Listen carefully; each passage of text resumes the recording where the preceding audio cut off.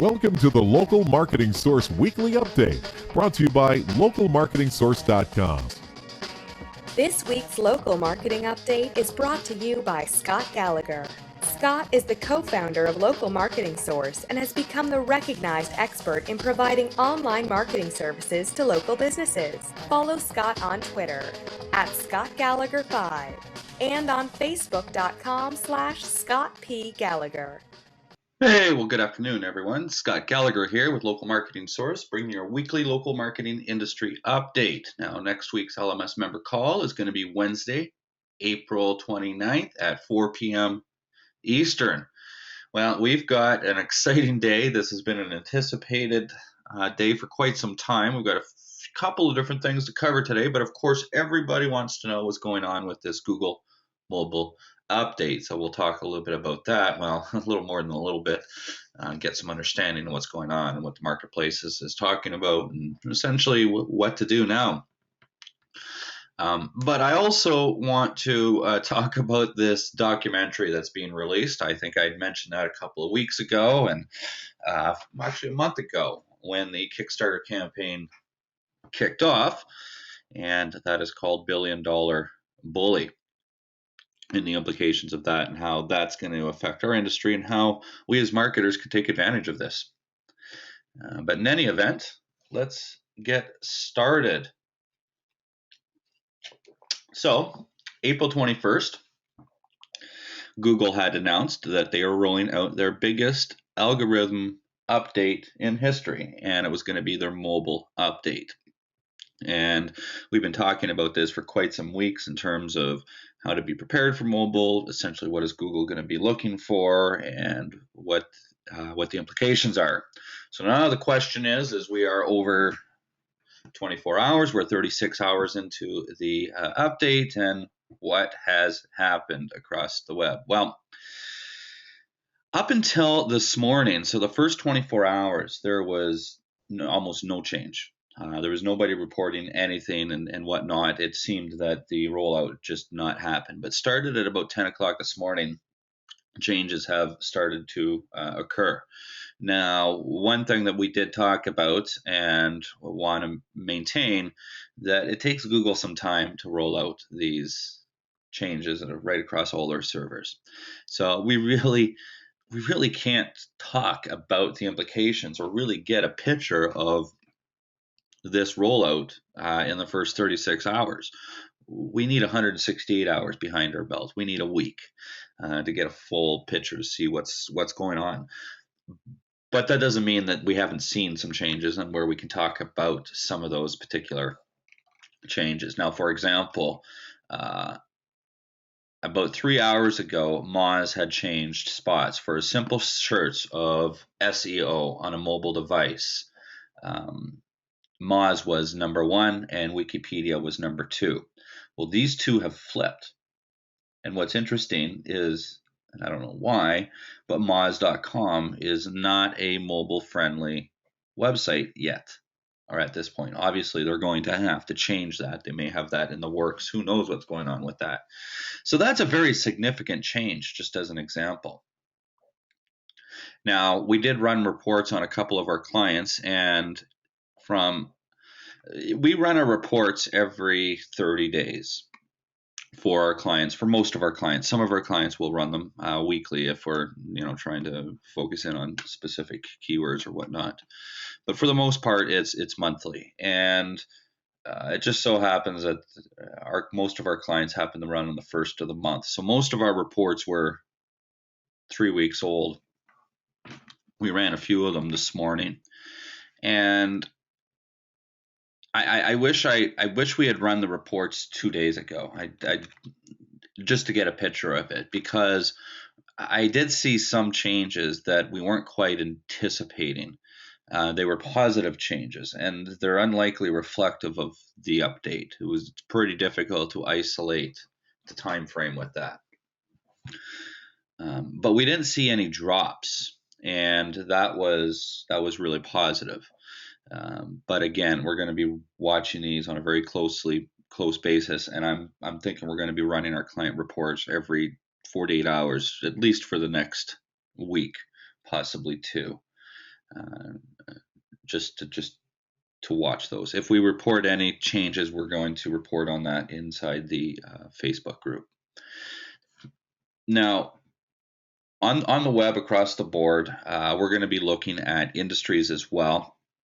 We do anticipate that certain particular industries are going to see a greater fluctuation than others. Those are going to be industries that consumers more likely going to be utilizing mobile devices for searches, and therefore these factors are going to have a greater weight. But just as an overview, again, this is going to affect businesses that are not mobile friendly, and there's certain elements in a website that define whether it's not mobile friendly. Right off the bat, the most important is likely responsiveness and how responsive that website is depending on the image. And so you want a responsive website that changes dynamically and moves things around based off of the size. For anybody that's running WordPress, that's built into your theme, and hopefully your theme has got that ability to do that. If that's the only thing that you do, that's great. But of course, there's all the other best practices. We've seen page loading speed becoming a very big factor over the last couple of years, and obviously on mobile networks, that's got to be a factor. That also ties into image optimization. Making sure that your images are as small as possible while retaining the highest quality and having a balance for that. Ensuring that your website is compliant with code validators out there like the W3C validator. Those really are the big things that are going to affect whether or not your website gets into the mobile. And what I see it at this point, I don't know if this is going to be a statement that we can claim in a week from now, but the way I see it and anticipate, and for what we've known and learned about Google over the years, is that this update essentially is adding a checkbox to a local business's ranking or ability to rank. In other words, Google's going to look at this and say, hey, are they mobile compliant? Yes or no? If they're not mobile compliant, then we've got to apply a penalty to them. If they are mobile compliant, then everything just goes forward as is. In other words, if you've employed all the best practices of mobile and you're currently ranking number 1, you're not going to lose rankings. But if you are spot number 4 and spot number 3 and spot number 2 do not have mobile best practices, you can probably anticipate an increase. And if you're up high in the rankings and don't have a mobile responsive website, but some of your competitors do, anticipate dropping. So I'm not fearful of it. I think we've got a pretty good picture of what's going to happen. And at this point in time, it's fairly easy to report back that those assumptions appear to be accurate.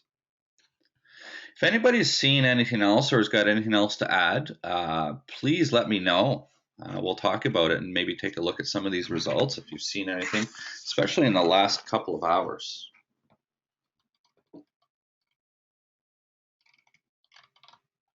Let me take a look here. Nobody's got their hands up. Nobody's typed anything. Now, one thing that Google did say is that 2 months ago, from 2 months ago to today, almost 5%, there's a 5% increase in mobile-friendly websites. Now, I got to take a step back and I think about this a little bit. That this is one of the first times. This is the first time.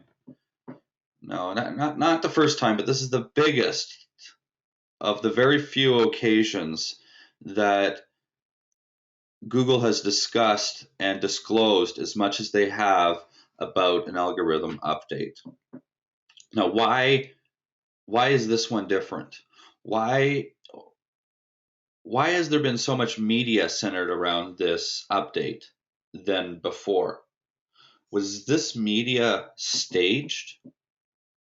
Was this a part of the strategy in itself to create fear? That's how the media has operated in this country, and it's worked, and it gets a population to act upon stuff.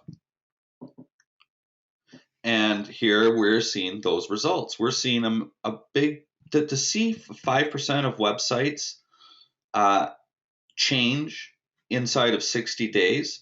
I just had a client today call me and leave me a message. I'm like, I haven't spoken to him in a while. I wonder what they're up to. He asked me for a change on his website. We went and looked at his website. His copyright date on his website was 2005, 10 years ago.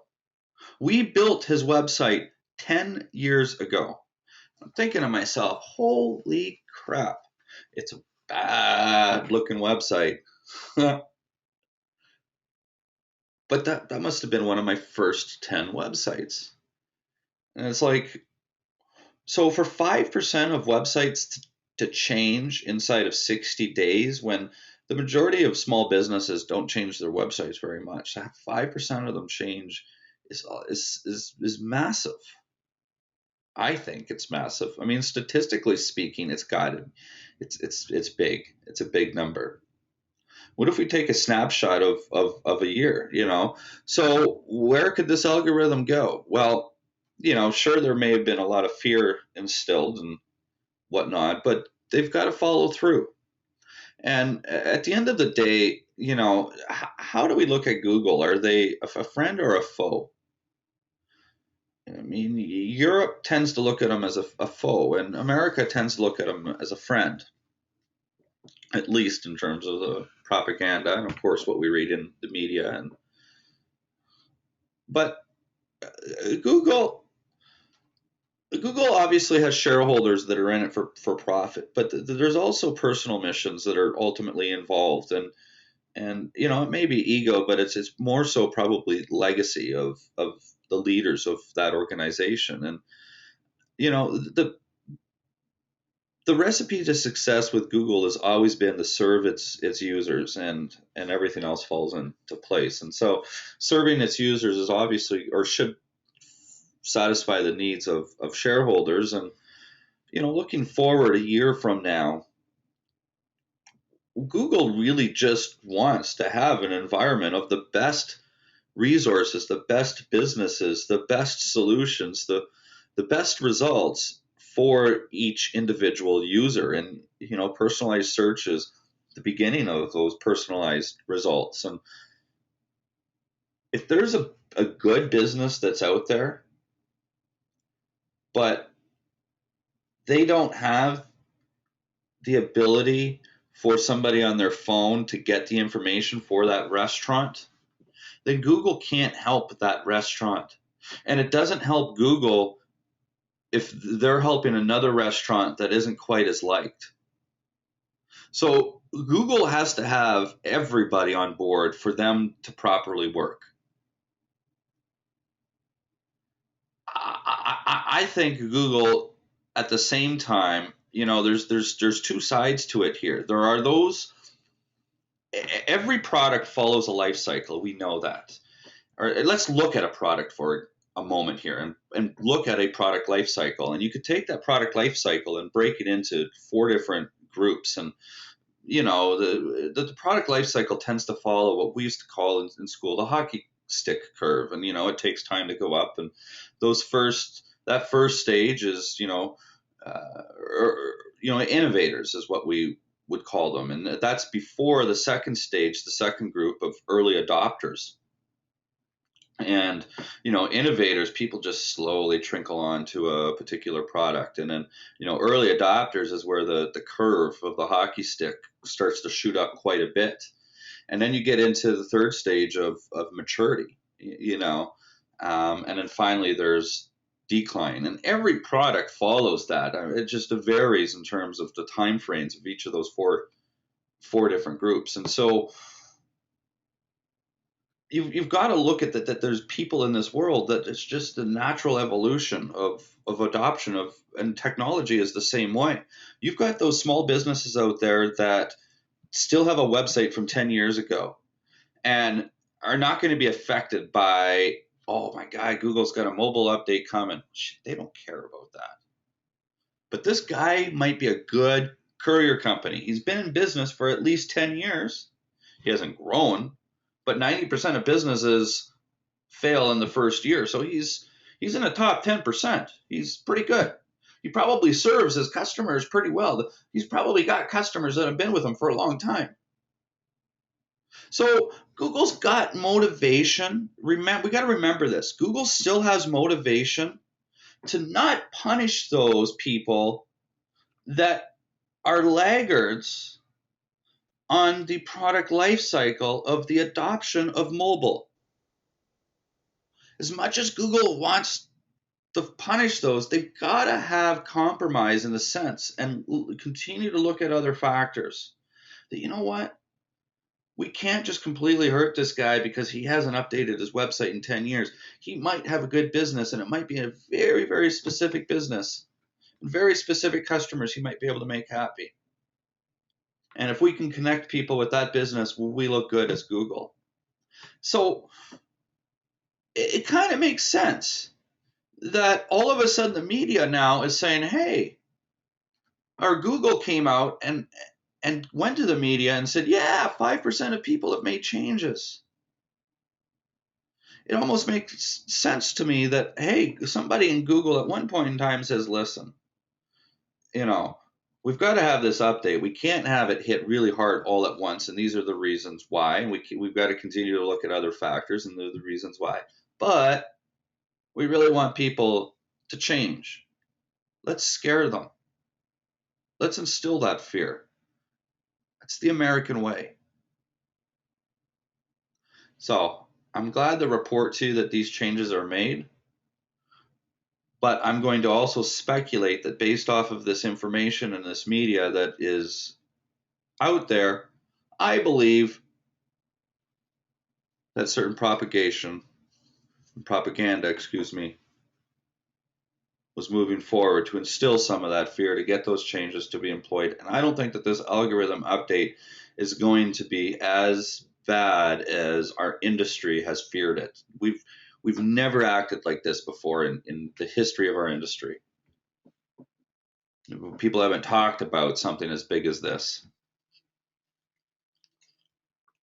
But we'll wait and see. Who knows? Maybe the industry itself is going to see a lot of changes. I don't anticipate big changes at all or negative changes with any of my clients. We're not worried. Not even worried for the sites that are not mobile friendly, and we do have that. I do have a question here. Oh, okay, George. Yeah, I'll talk about that after we get the update here. I'll just get into what that's all about. Last thing I want to talk about before we get into questions is just this documentary and why I think it's important. I was excited to share and talk about it a few weeks ago. They were looking to raise $90,000. They're 50% into shooting, and they're looking for more money for production and whatnot. And they had some investors that were, giving. I think they had two investors that gave $5,000 a piece, and it's pretty interesting. We'll be able to see who those people are, because those are the ones that are going to be the executive producers and whatnot. But this this documentary is all about the marketing giant Yelp and their $3.6 billion racket against small business owners. How they have aggressive sales campaigns, how they've got review manipulation. A lot of different claims are made in this documentary against Yelp. Now, where do I stand on this, and how is this going to affect us moving forward? Well, there's quite a few different thoughts I have about it. First off, is after doing some of the research of what has been filmed and the way that this documentary is going, I kind of have a feeling that once I see it, I'm going to be taking a step back and going, whoa, hold a minute. Hang on a second here. We're not seeing the whole picture. It kind of feels like, and it sounds like, that and I'm not trying to defend Yelp here by any stretch of the imagination, but it does sound like a fairly heavily skewed opinion and allegations towards Yelp. Now, playing the devil's advocate and going to the other side of it as well, a lot of these allegations are true. They're just perhaps going to be exaggerated in the documentary. And Yelp in itself is an online bully to a particular degree. So I'm really excited to see how this is going to pan out. Now, this is going to affect us quite a bit, and we could use this as an opportunity. And depending on positioning and what you're doing with your clients, the point is the stuff that we predicate, of the three pillars. This documentary talks about two of those three pillars in a big way. And those are profiles and reviews. So it's a really big piece of what we do. And this documentary is going to get mainstream media exposure. There's going to be talk show hosts that are going to talk about it. It's going to be in the front page of a lot of publications, or especially business publications. Moviegoers are going to see it. Conspiracists are going to follow it. And so there's a variety of different types of sites and discussions that are going to come out when this documentary comes out. And it's also going to create division of opinion. We know, people naturally polarize. We're going to see polarization of opinion happen within this. So knowing that this stuff is going to happen, it's just a matter of us having to prepare ourselves for these questions that we get. In other words, your clients and your prospects are going to develop certain opinions, especially off of Yelp and the influence of the three pillars that we focus in on. It's a big piece of it. And of profiles, Yelp is a big player of that. And so it's important. I believe it's important for you to be educated on this documentary, on what's happening with it, and what reality is. And it's not that Yelp is a bad place. They're not, and it's not a bad place. There are definitely people inside of Yelp that are money hungry and aggressive, but there are others inside of that organization that are concerned about building an environment that's best for small business owners and Yelp's users. It's going to talk a lot about reviews, review filters, and how reviews are filtered, and understanding how all the different factors that reviews are filtered. We get asked that question quite a bit. And so this documentary says, on how Yelp goes and just completely goes and deletes reviews at its own will. Does Yelp delete reviews? As far as we know, and as far as we've ever been told and searched and read about and studied and discussed and heard, is that Yelp does not delete reviews. Yelp filters reviews. And we've learned a variety of different factors that are involved in the filtration of reviews. And we've learned how to manipulate or influence those filters so we can get exposure of the reviews that we want. So how are you going to respond with education? And how are you going to use this for an opportunity? This could be a 6-month autoresponder sequence you could build out as you build an audience. You can start to create one piece a week on the discussions of effective reviews and this documentary and their discussions of it, and send it to all the mainstream media that is publicizing and talking about this documentary. Your local newspaper at some point in time or radio station is going to talk about this. Do you know how easy it is to get content discussed on the radio, folks. This is something that I'm learning as an opportunity for local businesses that is just it's blowing me away. Maybe I can put this into a new strategy, a new citation strategy. I'll talk about it right now. No point in hyping it up for it. And it's using radio stations. And, a lot of radio stations are on social media these days. They've got to be. There's so much competition to radio now that radio stations have essentially really had to change. And what's happened with radio is local radio stations have really connected with their local audience. And they utilize social media pretty effectively to do that. And then they take certain newsworthy information and propagate it through their social channels, and sometimes through their blogs and their website. To reach these people and local radio stations is a simple phone call away or a message. And a lot of radio hosts are on the air at the same time checking messages. We've gotten content published and got it on the air and exposed on the internet and shared in less than 15 minutes after hey, what a great idea, let's do this. Boom! You've got a citation from a local radio station on their website, their blog post in 15 minutes. Holy freaking cow. So we've been able to do it for a handful of clients with in our local communities here.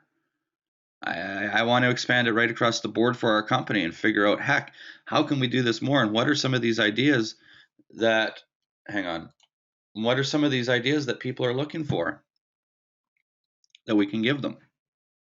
It's worked a handful of times already, and it shows up in the SERPs because Google, let's talking about updates. One of Google's updates is, their Hummingbird update was about how quickly it goes and gets information and shows it. And so news obviously is information that's really quick and it goes through the internet fast. And the local news sources have a lot of trust and authority, and they rank really high. So yeah, fantastic out of the box citation. This is just a new discovery in the last couple of weeks. I don't know. It's exciting. There's a lot of opportunities with that, and I think the value of those are going to be significant.